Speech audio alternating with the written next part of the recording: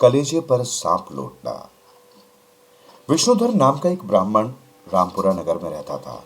वो पूजा पाठ करके अपना जीवन यापन करता था। उसके दो पुत्र थे। बड़े का नाम सुकांत तथा छोटे का नाम कृष्णकांत था।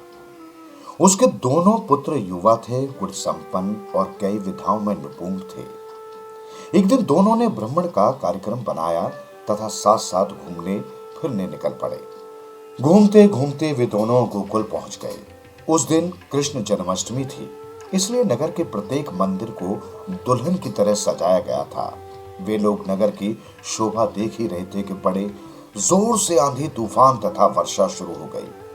तेज वर्षा के कारण दोनों भाई रास्ता भटक गए। ऐसे में उनका किसी निश्चित स्थान पर पहुंचना कठिन था। इसलिए सुकांत तो जल्दबाजी में एक वेश्या के यहाँ घुस गया तथा कृष्णकांत एक मंदिर में जा पहुंचा। यद्यपि सुकांत ने चाहा कि कृष्णकांत भी उसके साथ वेश्या के यहाँ रुक जाए, पर कृष्णकांत ने इसे स्वीकार न कर मंदिर में चला गया। मंदिर में पहुंचकर वो एक तरफ खड़ा होकर चिंतन करने लगा। वहां उसके मन के विचार बदलने लगे और वो पछताने लगा। वो वहां खड़ा खड़ा सुकांत और वेश्या के विषय में मधुर कल्पना करने लगा। मंदिर में भजन कीर्तन हो रहा था, किंतु कृष्णकांत के कलेजे पर सांप लौट रहे थे।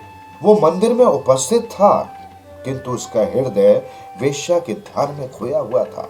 वो वहां की पूजा अर्चना, स्तुति, पुष्पांजलि, गीत, नृत्य आदि को देखते सुनते हुए भी न देख पा रहा था और न ही सुन पा रहा था। उसके हृदय में रह रहकर कुत्सित विचार आ रहे थे। दूसरी ओर सुकांत की दशा वेश्यालय में विचित्र थी। वो पश्चाताप कर रहा था तथा सोच रहा था कि मैं भी कितना मूर्ख हूं जो वेश्यालय में चला आया। अगर मैं थोड़ा कष्ट उठा लेता, वेश्यालय न आकर मंदिर चला आता, तो सैकड़ों जन्मों के पुण्य कमा लेता। आज मेरा भाई कृष्णकांत इस पुण्य का भागीदार हो गया। आज जन्माष्टमी की रात मेरा भाई गोकुल नगरी में भगवान कृष्ण के दर्शन कर रहा होगा और मैं यहाँ वेश्यालय में पड़ा हुआ पाप का भागीदार हो रहा हूं।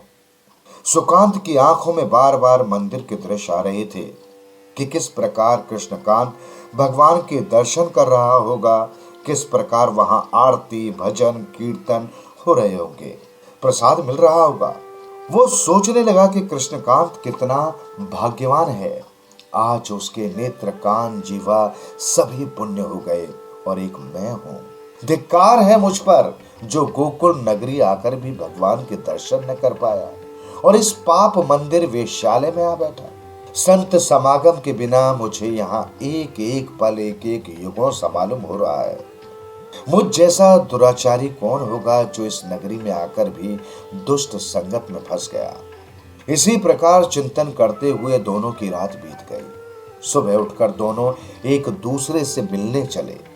अभी वे सामने आए ही थे, तभी आसमान से बिजली चमकी और दोनों मृत्यु को प्राप्त हुए।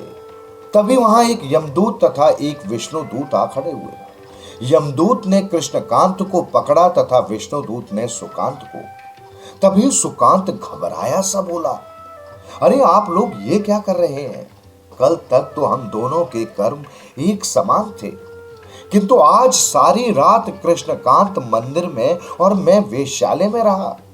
इस कारण मैं पाप का भागीदार हूं।